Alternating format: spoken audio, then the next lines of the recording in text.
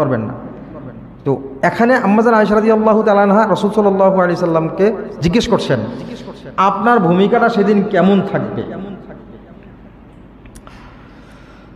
আল্লাহর পয়গম্বর সাল্লাল্লাহু আলাইহি ওয়াসাল্লাম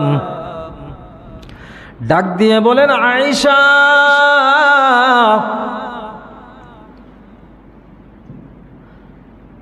হাসরের ময়দান যেদিন কায়েম হবে, আমি পয়গম্বরের কি ভূমিকা থাকবে, কেমন করব, কি করব, কার জন্য কি করব, আমার কি দায়িত্ব থাকবে, কি করব, কি দায়িত্ব পালন করব, সেটা জিজ্ঞেস করছো। রাসূল সাল্লাল্লাহু আলাইহি ওয়াসাল্লাম বলেন, একটা বাচ্চাওয়ালা মুরগি, মা মুরগি বাচ্চা নিয়ে যখন ঘর থেকে বাহির হয়, আর যখন এই বাচ্চাটাকে উদ্দেশ্য করে চিল বা কাক এসে এই বাচ্চাটাকে থাবা দিয়ে নিয়ে যাওয়ার চেষ্টা করে, একটা মুরগির বাচ্চা নিয়ে যাওয়ার চেষ্টা চালায়, একটা চিল বা কাকের সাথে একটা মুরগি কখনো উড়ে পারবে না। মুরগি হলো গৃহপালিত পাখি, এটা উড়া গাছের ডগায় ডগায়, ডালে ডালে, পাতায় পাতায় উড়া এর অভ্যস্ত না। যদিও জোর করে উঠতে চায়, হয়তো বা অল্প কয়েক হাত উপরে উঠতে পারে, এর বেশি ওঠা সম্ভব নয়। তবুও যদি কাক বা চিল এসে মুরগির বাচ্চাটাকে থাবা দেয়, উঠিয়ে নেওয়ার চেষ্টা করে, এই মুরগি জানে আমি কাকের সাথে পারবো না, এই চিলের সাথে উড়ে পারবো না, তবুও নিজের জানটাকে বাজি রেখে প্রাণপণ চেষ্টা চালিয়ে তার সেই মুরগির বাচ্চাটাকে, তার সন্তানকে তিনি বাঁচানোর চেষ্টায় উড়াল দিয়ে গাছের ডালে অথবা ঘরের চালার উপরে উঠিয়া যায়। ঠিক না বেঠিক?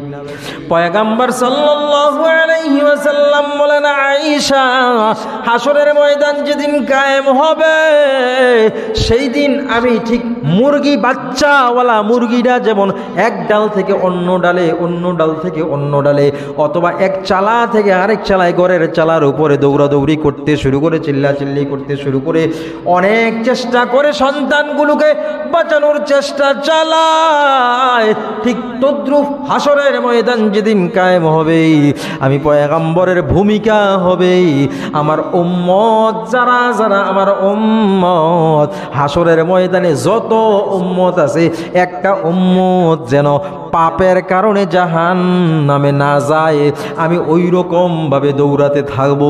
একবার হাসরের, একবার ফুলসিরাতে যাব, একবার মিজানের পাল্লায় যাব, একবার জাহান্নামের ধারে যাব, এই রকম আমি দৌড়াতে থাকবো, দৌড়াতে থাকবো, আমার উম্মতগুলিকে জাহান্নাম থেকে বাঁচিয়ে জান্নাতে নিয়ে যাওয়ার চেষ্টায় এই রকম ভাবে এক এক ঘাটে এক একবার যাইয়া দৌড়াইয়া দৌড়াইয়া উম্মতদেরকে আমি বাঁচানোর চেষ্টা করব। সুবহানাল্লাহ। রাসূলের ভূমিকা থাকবে এইরকম। রাসূল সাল্লাল্লাহু আলাইহি ওয়াসাল্লাম হাসরের ময়দানে যখন বিপদ, মানুষগুলো যখন পেরেশানিতে পড়বে, টেনশনে থাকবে, ঠিক ওই সময় পয়গম্বর সাল্লাল্লাহু আলাইহি ওয়াসাল্লাম বলেন, মানুষগুলি দৌড়াইয়া দৌড়াইয়া হযরত আদম সফিউল্লাহর কাছে যাবে।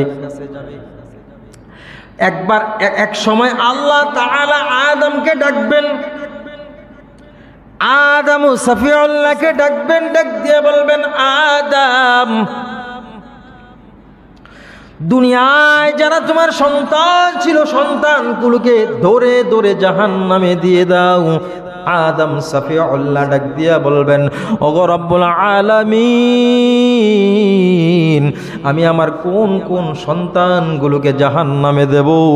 ঢালাওভাবে সমস্ত উম্মতগুলোকে জাহান্নামে দেব, না কোন কোন উম্মতগুলোকে বাছাই করে দেব, সেইটা তো আমি বুঝতে পারি নাই।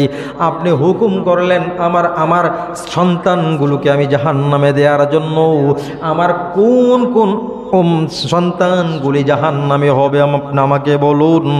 আল্লাহ তাআলা এই কথা যে আদম সফিউল্লাহকে বললেন, আদম সফিউল্লাহ বাবা আদম ডাক দিয়ে বললেন, আল্লাহ কোন কোন সন্তানগুলো জাহান্নামী? আল্লাহ তাআলা জবাবে বললেন, তোমার সন্তানদের মধ্যে, তোমার সন্তানদের মধ্যে, উম্মত নয় সমস্ত সন্তানদের মধ্যেই 1999 জনকে জাহান্নামে দিয়ে দাও। আল্লাহু আকবার, আল্লাহু আকবার। কয়জন? 999 জনকে জাহান্নামে দাও।